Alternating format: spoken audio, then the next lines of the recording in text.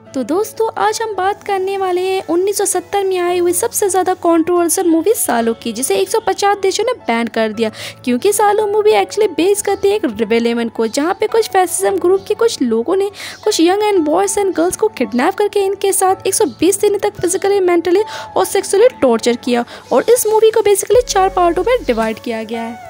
तो कहानी की शुरुआत होती है पर्स पाप एंटीपर्नो से, जहां 4 डिक्टेटर को एक साथ बैठे हुए दिखाया जाता है और ये चारों डिक्टेटर बड़े बड़े पोस्ट पर होती हैं, जहाँ पे एक प्रेसिडेंट, एक डोज और एक बिशप और एक मैजिस्ट्रेट होता है। और यहाँ मैं आपको बताती चलो कि 1970 में वर्ल्ड वॉर 2 में इनको इटली पर हुकूमत मिली थी। और कहानी में आगे दिखाया जाता है कि कैसे एक रिचुअल को पूरा करने के लिए ये लोग एक दूसरे की बेटियों से शादी कर लेते हैं और फिर इन चारों लोगों को एक बुक में साइन करते हुए दिखाया जाता है, जिसकी वजह से ये लोग इतने बुरे काम करेंगे जिसकी कोई हद नहीं। और इनका मानना था कि अगर वो लोग ऐसे बुरे काम करेंगे तो वो डेविल के करीब हो जाएंगे और ये सब करना ही इनका मोटिव होता है। और जिसको करने के लिए वो लोग अपने गार्ड की मदद से 4 लोगों को ढूंढते हैं और अपने साथ रिक्रूट कर लेते हैं। और फिर ये लोग 9 लड़कों को पकड़ कर लेकर आते हैं और फिर इन्हें न्यूड होने के लिए बोलते हैं। और जहाँ इनमें से एक लड़का वहाँ से भागने की कोशिश करता है, तभी वो लोग उसे शूट कर मार देते हैं। और यहाँ 9 लड़कियों को पकड़ के लाया जाता है और इन्हें न्यूड होने के लिए कहा जाता है। और यहाँ हमें ईवा की मॉम को उसे वहाँ से बचाकर उसे भागते हुए दिखाया जाता है। और फिर वो चारों लोग और इनके सिक्योरिटी गार्ड इनका पीछा करने लगते हैं। और यहाँ ईवा की मॉम को ये बात समझ में आ गया था कि वो लोग नहीं बचने वाले और फिर ये दोनों मरने की कोशिश करने लगते हैं, जहाँ पे ईवा की मॉम तो मर जाती है मगर वो लोग ईवा को पकड़कर बचा लेते हैं। और इस तरह से इस मेंशन में 8 लड़के और 9 लड़कियाँ बच जाती है और यहाँ पे मूवी का पहला पार्ट खत्म हो जाता है।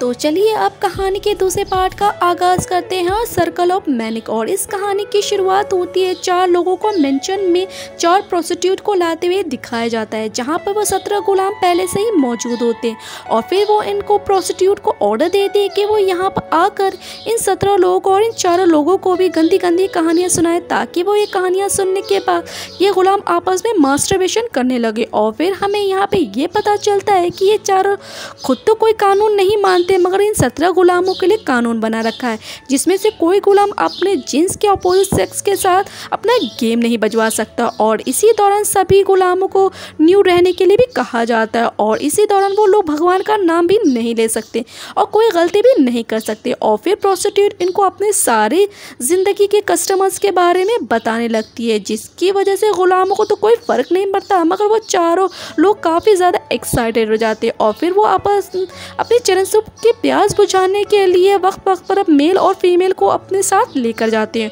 और इन प्रोस्टिट्यूट की कहानी सुनने के बाद वो मजिस्ट्रेट एक लड़की को मास्टरबेशन करने के लिए कहता है, मगर क्योंकि वो लड़की बहुत छोटी होती है इसलिए उसे मास्टरबेशन का मतलब भी नहीं पता होता और वो मन ही मन में इसे डॉग बोलती है। और फिर वो लड़की इन सबसे तंग आकर वहाँ से भागने की कोशिश करती है। फिर वो गार्ड और मजिस्ट्रेट उसे पकड़ कर लाती है और फिर वो इसके साथ क्या करते हैं ये तो हमें एक लड़की के नीचे पैरों पर एक रिंग उठाने के लिए कहता है। जब वो लड़की उससे उठाने के लिए झुकती है तो वो गार्ड उस लड़की के मौत के कुएं के अंदर अपने औजार डाल देता है।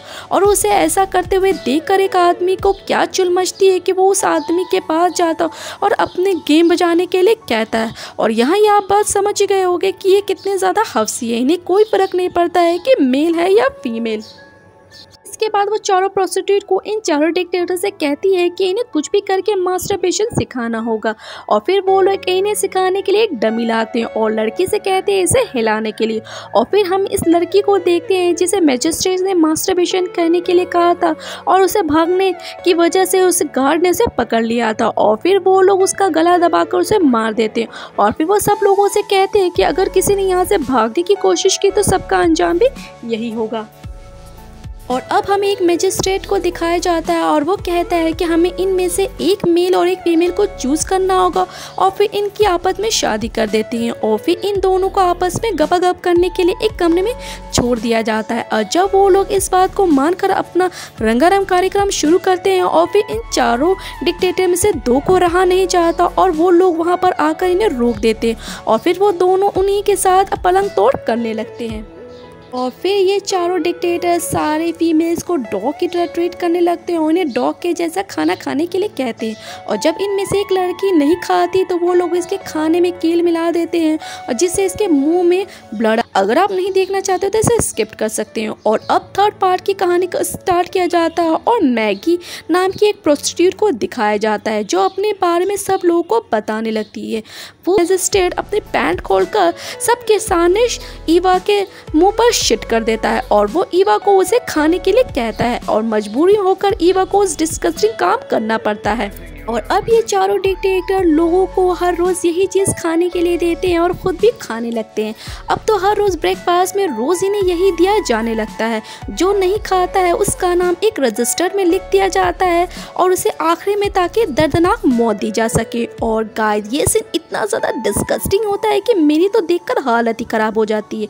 और अब हर रोज़ ये लोग सभी को यहाँ पर खाने के लिए यही देते हैं और ख़ुद भी यही खाते हैं। और ये लोग सेकेंड प्रोस्टिट्यूट की बात मानकर कभी किसी के साथ गपागप करते हैं तो कभी किसी के साथ गपागप करते हैं। और एक रात तो ये सारे कमीने अपने सारे गुलामों के बैग देखने लगते हैं और ये सब करने का इनका मोटिव ये होता है कि इनमें से जिसकी बैग सबसे ज़्यादा अट्रैक्टिव होगी वो लोग इन्हें मार देंगे। और इनमें से एक लड़के की बैग इन्हें सबसे ज़्यादा अट्रैक्टिव लगती है और वो उसे शूट करने वाले होते हैं मगर गन में गोली नहीं होता है कि यहाँ इस मेंशन में रूल्स को ब्रेक किया जा रहा है। और वो डिक्टेटर जाकर उन दो लड़कियों को एक साथ सोते हुए देख लेता है और यहाँ के रूल्स के अकॉर्डिंग गुलाम आपस में एक दूसरे के साथ गपागप नहीं कर सकते। और फिर डिक्टेटर इन पर गन पॉइंट कर देता है जिस पर वो लड़कियां उसे बताती है कि यहाँ पर कोई और भी है और वो नौकरानी के साथ सोता है। और ये चारों द सर्कल ऑफ ब्लड जहाँ पे हमें चारों डिक्टेटर में से एक डिक्टेटर को चेयर पर बैठते हुए दिखाया जाता है और वो अपनी दूरबीन से बाहर तीनों डिक्टेटर को गुलामों को टॉर्चर करते हुए देखता है।